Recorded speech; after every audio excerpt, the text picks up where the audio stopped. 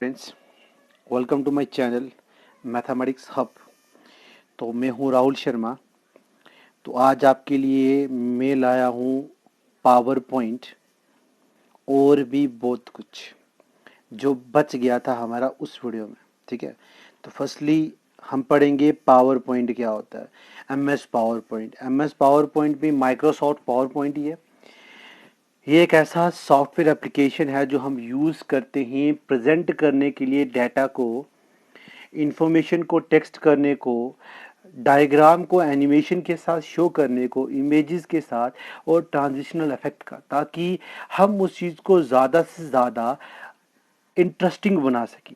ठीक है, और इजीली अंडरस्टैंडेबल हो, किसी भी इंसान को वो चीज़ को देखने पर वो आराम से उसे अंडरस्टैंड कर सके।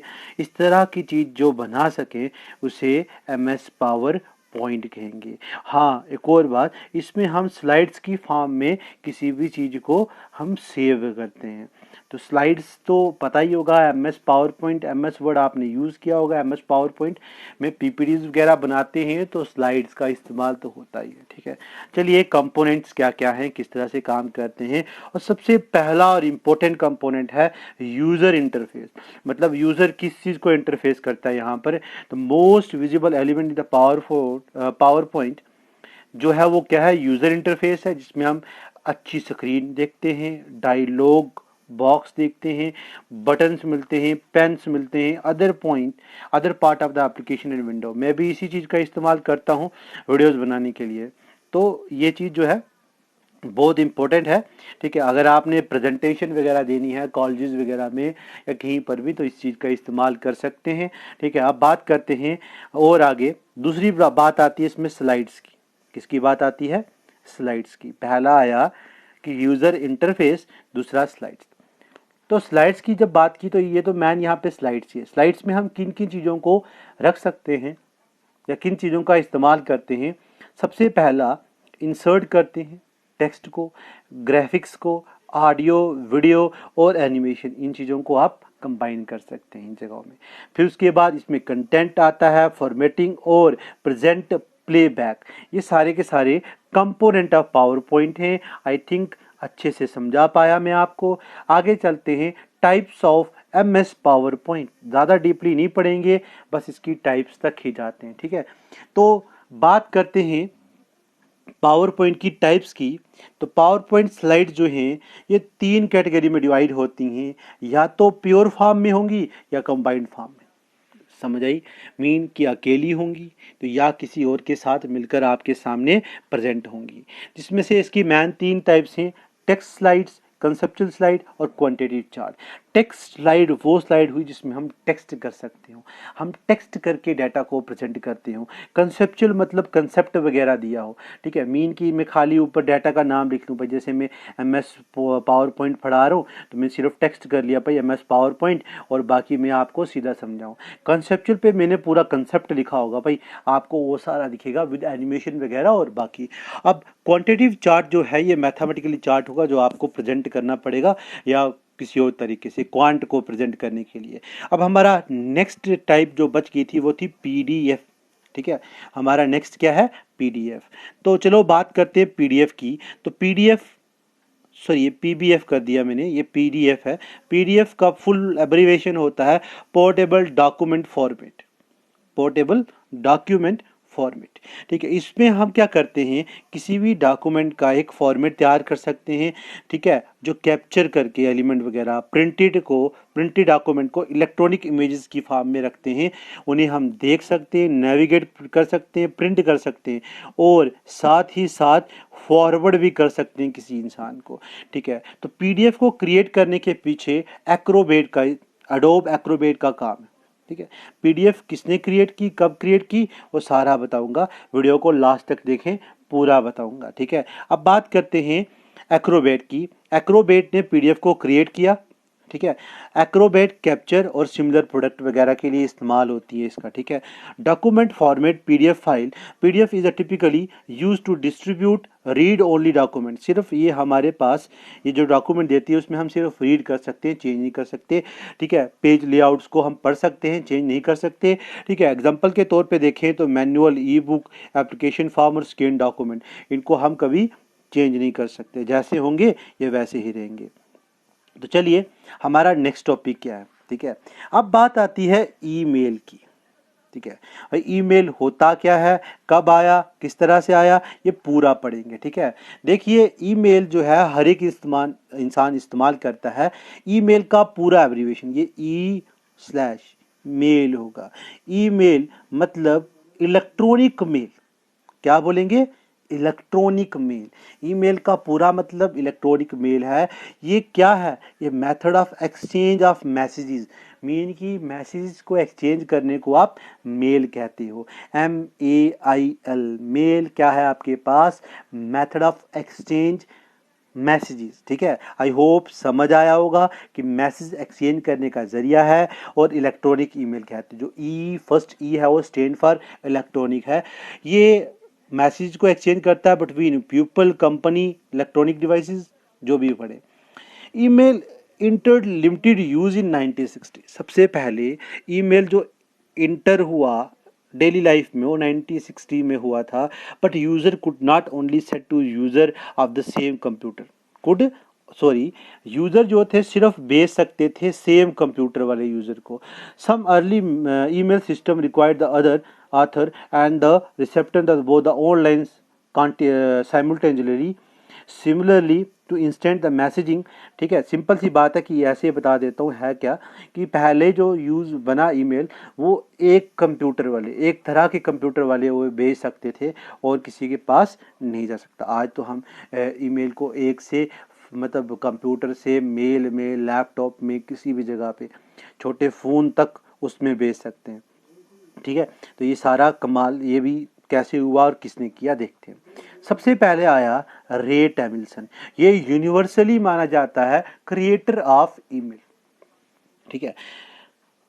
Credit as the inventor of email in 1971, इसने बनाया था 1971 में इस मेल को। He develop the first system able to send mail between user of different house. मैंने कहा 1960 में बना मेल, मगर वो काम का नहीं था, काम का बना रे टैमिल्सन ने बनाया, इसे इन्वेंट किया 1971 में, और ऐसा बनाया कि बहुत सारे अलग अलग यूज़र को आप सेंड कर सकते हो, ठीक है, थ्रू आरपानेट, आरपा नेट, ठीक है। Using the at the rate sign to link the user name, ठीक है। इसने क्या किया, यूजर के नेम के साथ एट द रेट लिंक लगा लिया, ठीक है। And with destination server by the mid 19th century, this was the form recognized email. मतलब 1970 के पास और 1971 में कंप्लीट हुआ होगा कहीं पे, आप 1971 ही याद रखेंगे। अब कहीं बुकों में एक इंडियन का नाम भी आया हुआ है, ठीक है, एक इंडियन का नाम भी है, वो कहते हैं कि उसने ईमेल बनाया, ठीक है। वो सेकंड पर्सन था, 14 ईयर का लड़का था, ठीक है। मतलब इंडियन माइग्रेटेड टू मतलब यूएस वगैरह, जो बाहर फॉरेनर होगा, तो वो आदमी था जिसने इसको बनाया था, ठीक है। बाद में इसके बाद में उसने ये काम शुरू किया था 1978 के बाद। Email operator across computer network, primarily the internet today, email system are based on the store and forward model। आज का काम क्या हमारा, ईमेल को हम स्टोर कर सकते हैं और फॉरवर्ड कर सकते हैं। Email server accept, forward, delivery and store, हम तीनों काम कर सकते हैं, एक्सेप्ट कर सकते हैं, फॉरवर्ड डिलीवर कर सकते हैं, स्टोर कर सकते हैं मैसेज को। Neither user not their computer are required to online simultaneously, तो मतलब अगर ईमेल एक बार सेव हो गया तो हमें बार बार ऑनलाइन होने की जरूरत भी नहीं पड़ती। दे नीड टू कनेक्ट, ठीक है। तो पहले टाइम पे कनेक्ट ईमेल तो नेटवर्क तो चाहिए चाहिए था, ठीक है। तो उनको चाहिए था कनेक्ट होना, आजकल अब सिर्फ हमें कनेक्ट होना पड़ता है सिर्फ, ठीक है।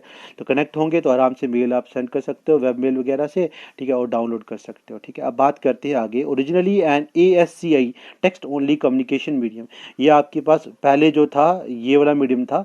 Internet mail was extended by the multiple purpose internet mail extension, MIME, in multiple purpose of internet extension, sorry क्या था, multiple purpose internet mail extension, ठीक है।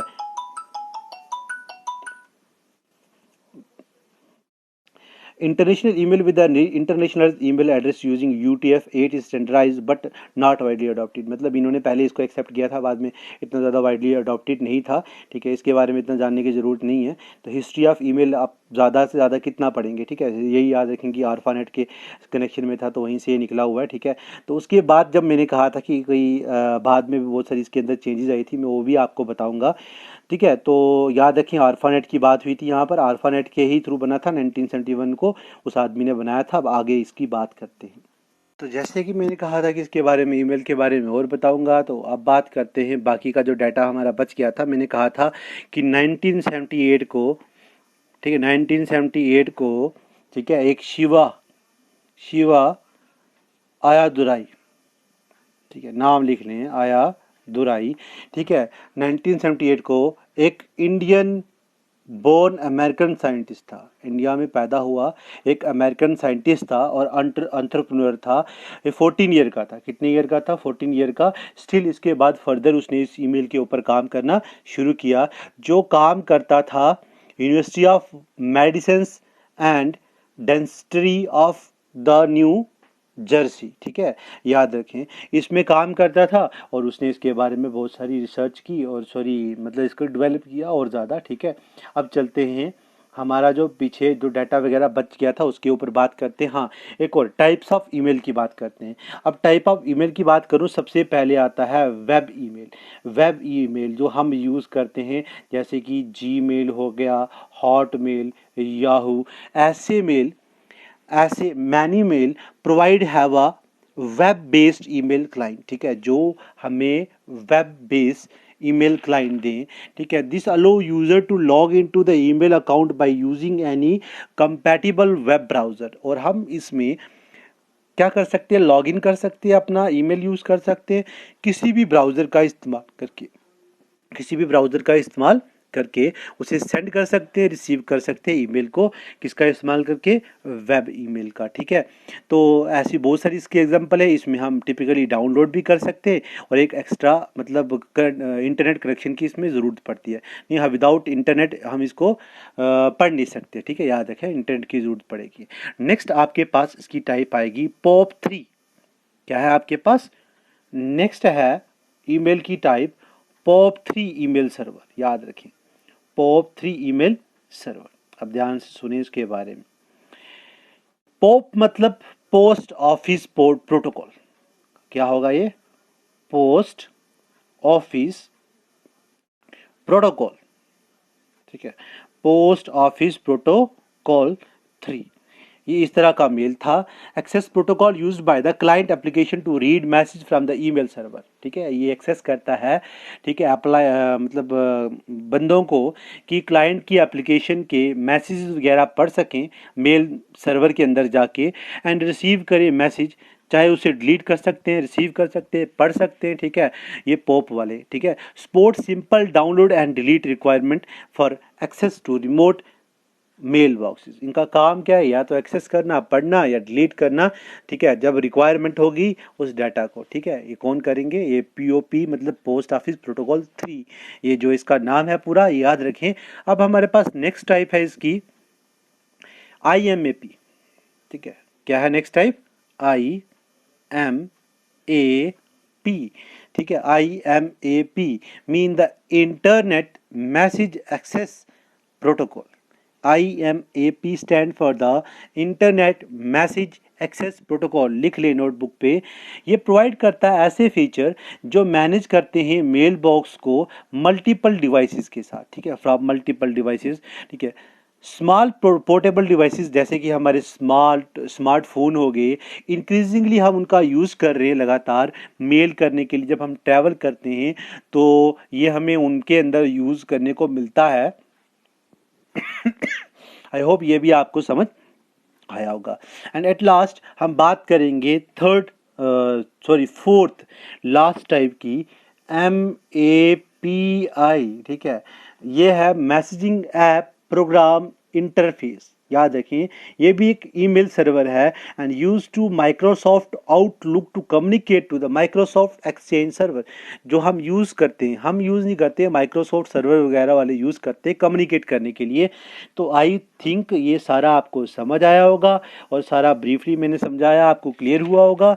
तो वीडियो के लास्ट तक बने रहने के लिए कहा था, तो थोड़ा बहुत और नॉलेज आपको दे देता हूँ। ठीक है, अब बात करते हैं बाकी की बची कुची। बात है कि पीडीएफ को डेवलप किया था एडोब ने 1990। ठीक है, पीडीएफ को एडोब ने 1990s में डिस्कवर किया था। एक कंप्यूटर साइंटिस्ट था, नेम था जॉन ई वैरनॉक। ठीक है, नेम क्या था? John E Warnock. ठीक है, वैरनॉक नाम था इसका। ठीक है, और ये को चेयरमैन था किसका? एडोब का। इसने इसको बनवाया या बनाया था। ठीक है, याद रखें। उसके बाद जो आज के टाइम पे आप लेटेस्ट यूज कर रहे हो पीडीएफ रीडर एक्रोबैट डीसी है, उसका नाम क्या है? Acrobat DC, Acrobat reader DC latest जो इसका है। ठीक है, ये भी याद कर लें। तो पीडीएफ का भी हो गया। अब हमने बात नहीं की थी, जो वो थी किसकी? वो बात थी एमएस पावर पॉइंट की। एमएस पावर पॉइंट 1987 में डिस्कवर हुआ। एमएस पावर पॉइंट 1987 में डिस्कवर हुआ, ये भी अपनी नोटबुक पे नोट कर लें। और कंपनी का नाम था फोरथ्रू। कंपनी का नाम क्या था? फोरथ्रू नाम था। ठीक है, उसने इसको डिस्कवर किया और क्रिएट करने वाले का नाम था, दो साइंटिस्ट थे, एक रॉबर्ट गैस्किन। क्या नाम था? रॉबर्ट गैस्किन। ठीक है, और दूसरा जो था उसका नाम था डेनिस अस्टिन। क्या था? Dennis Austin. ठीक है, आई होप ये आपका सारा का सारा इंपॉर्टेंट खत्म हो चुका है। ठीक है, तो जो बचा कुछ अगर और मुझे कुछ अच्छा लगा इसके बारे में नॉलेज, तो मैं वो भी वीडियोस में डालूंगा। तो आई होप ये आपको सारा क्लियर हो गया होगा। तो लाइक करें, शेयर करें, ताकि मैं और आपके लिए अच्छे से वीडियो बना कर लाऊं। और सब्सक्राइब करना ना भूलें, साथ में बेल आइकन को दबाएं। Thank you for watching this video.